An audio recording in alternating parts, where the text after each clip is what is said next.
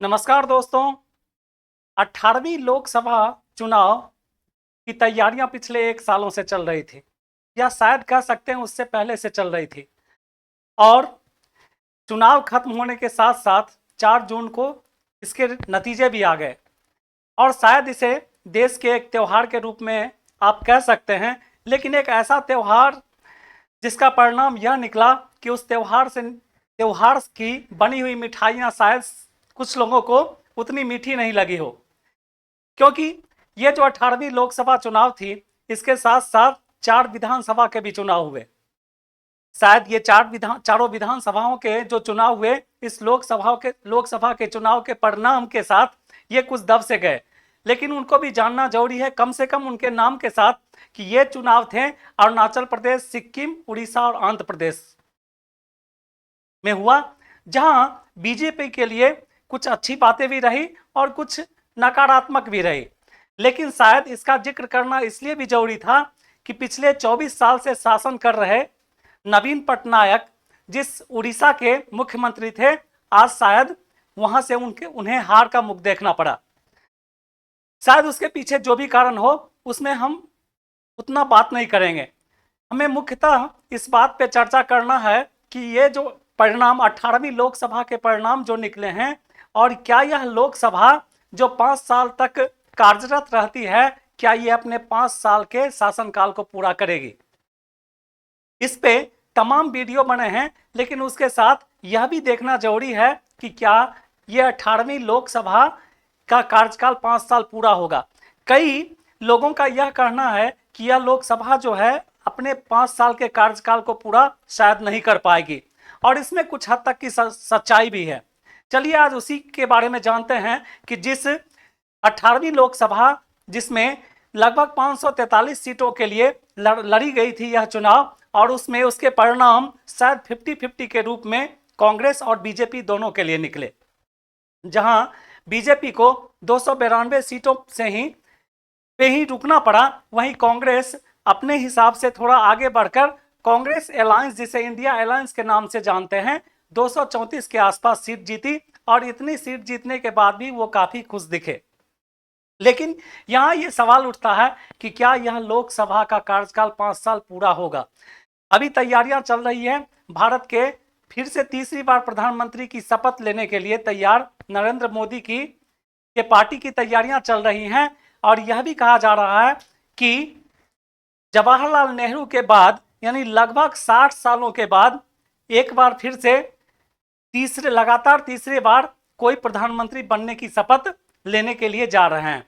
अब सवाल यहां यह उठता है कि क्या यह जो है लोकसभा पूरे 5 साल पूरा करेगी कि नहीं। आज उन्हीं 5 बातों पे हम भी चर्चा करेंगे कि आखिर 5 ऐसे कौन से सवाल हैं, या कौन सी ऐसी बातें हैं जिसके आधार पर यह कहा जा रहा है कि यह लोकसभा का कार्यकाल 5 साल पूरा नहीं होगा। चलिए बिना देर किए हम प्रारंभ करते हैं कि उसमें से सबसे पहली बात क्या है। जो सबसे पहला बात है वो है एनडीए, यानी नेशनल डेमोक्रेटिक अलायंस, जिसके मुखिया के तौर पे नरेंद्र मोदी को जाना जाता है। उनके 2 ऐसे प्रमुख घटक दल हैं जो कभी भी विश्वसनीयता के साथ अपने पार्टी के साथ काम नहीं किए हैं। उनमें पहला नाम बिहार के मुख्यमंत्री नीतीश कुमार का है, और दूसरा नाम आंध्र प्रदेश के पार्टी अध्यक्ष चंद्रबाबू नायडू का है। इतिहास गवाह है कि इन दोनों ने कभी भी किसी भी पार्टी के साथ अपनी पूरी विश्वसनीयता के साथ काम नहीं किया है। और जहां तक एनडीए का सवाल है, जहां तक हमारे भारत के प्रधानमंत्री के कार्यकाल का सवाल है, तो इन दोनों के बिना वो शायद अपना कार्यकाल पूरा नहीं कर पाएंगे, क्योंकि इन दोनों ने एक अच्छी खासी सीट अपने क्षेत्र से लाके इन्हें सहयोग के रूप में दिया है। तो अर्थात यह कह सकते हैं कि अगर इनमें से कोई भी अगर अपनी पार्टी एनडीए को छोड़ के अगर दूसरी पार्टी की तरफ जाता है, तो यह सरकार गिर जाएगी। सबसे प्रमुख कारणों में से शायद यह नहीं हो सकता है, लेकिन यह बात तय है कि जहां बीजेपी ने एक पार्टी के तौर पे 240 या 239 के आसपास ही सीट लाई है, जबकि सरकार बनाने के लिए 272 के आसपास सीटों की आवश्यकता थी, और 52 ऐसी सीटें रहे जो उसके अलायंस दलों ने उन्हें सहयोग के रूप में पार्टी को जिताकर वहां पर सहयोग दी। लेकिन अगर इस 52 जो अलायंस हैं, 52 जो अन्य सीटें अन्य हैं सीटें, वो अगर इनका सहयोग नहीं देती है तो भी ये सरकार गिर जाएगी। यह भी एक प्रमुख कारण है। यह अगर पहला कारण के रूप में इसे देखते हैं, तो दूसरा कारण के रूप में आप कह सकते हैं कि आने वाले जो साल हैं 2025, 2026 और 2027, 2025, 26 और 27 जो है, यह पार्टी बीजेपी के लिए एक ऐसा समय रहेगा जो काफी चुनौती से भरा हुआ समय रहेगा। इसके पीछे कारण यह है कि 2025 में बिहार में विधानसभा के चुनाव हैं और 2027 में उत्तर प्रदेश के विधानसभा के चुनाव हैं।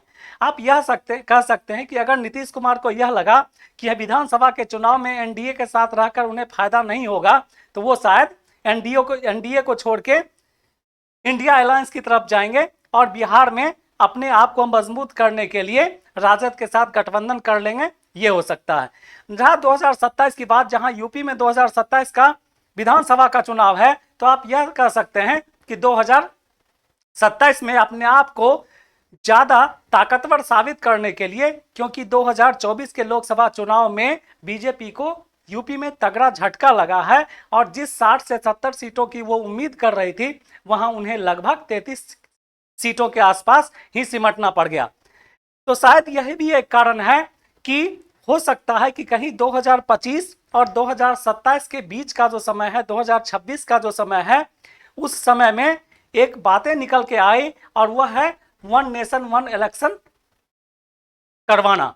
आज से कुछ सालों पहले भारत के रक्षा मंत्री राजनाथ सिंह ने यह कहा था कि हम अगले कुछ सालों में वन नेशन वन इलेक्शन चुनाव जो है करवाएंगे।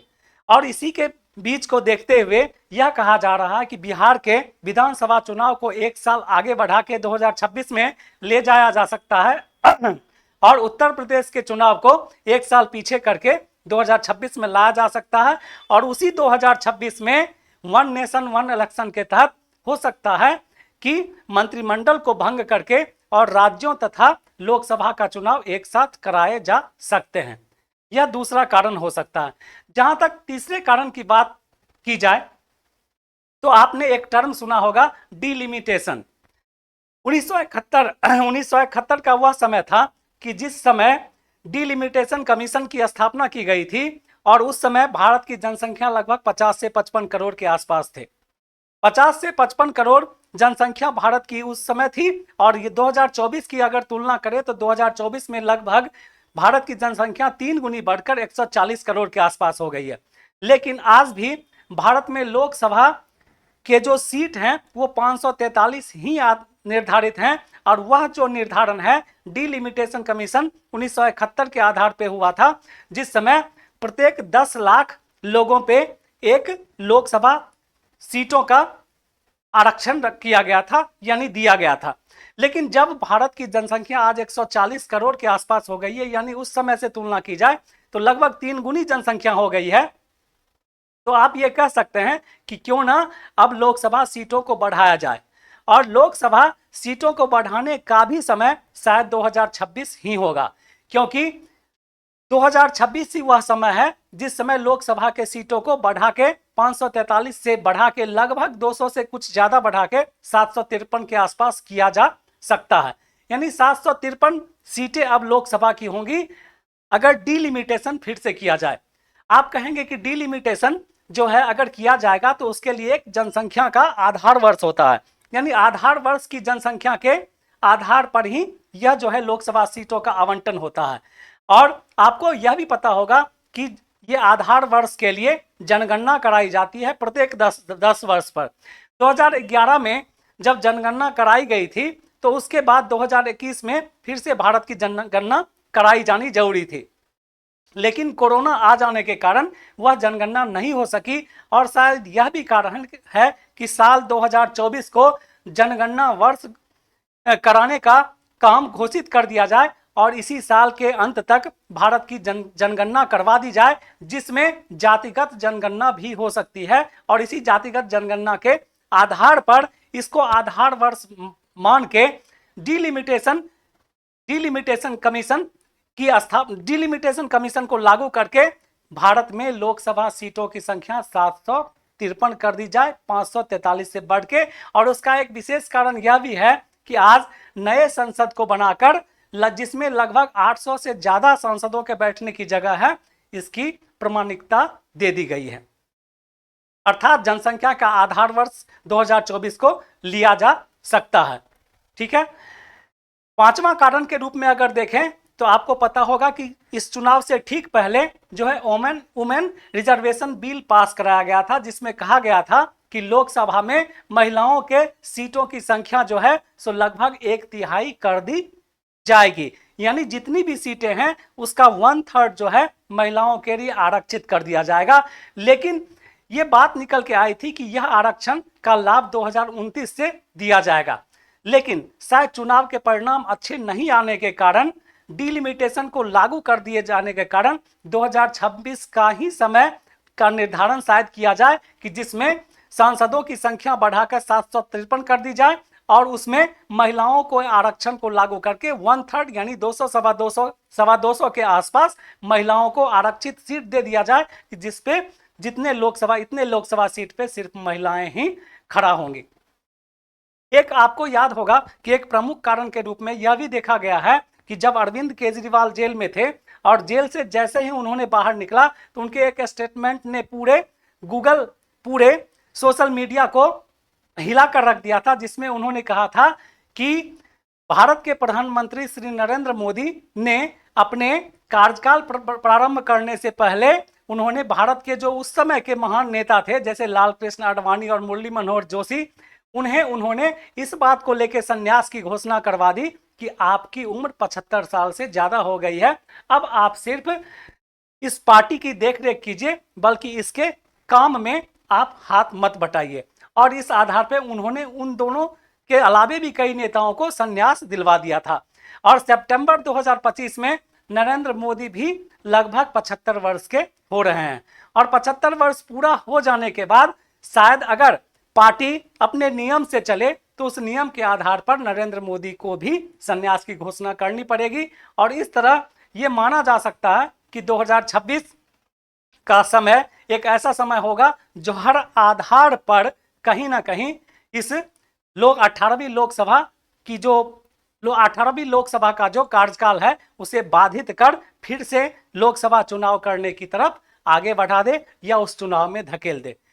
मुझे उम्मीद है कि आज का वीडियो में आपको कुछ सीखने के लिए नया मिला होगा, लेकिन इसके साथ आपसे एक और गुजारिश है। कभी एक घटना है काफी चर्चा में चल रही है और वो घटना है नीट के रिजल्ट का फ्रॉड होना, नीट के रिजल्ट में घपला होना या फ्रॉड हो जाना। शायद इस पे हम लोग भी बात करेंगे। मिलते हैं अगले वीडियो में, तब तक के लिए आप सुरक्षित रहिए। आपसे एक गुजारिश है कि अगर इस तरह से नीट के रिजल्ट में जो स्कैम हुआ है, अगर आप उसे सपोर्ट करना चाहते हैं तो आप मेरे कमेंट बॉक्स में जाके कमेंट कर सकते हैं। हम सभी साथ मिलके उसके लिए लड़ेंगे। Thank you.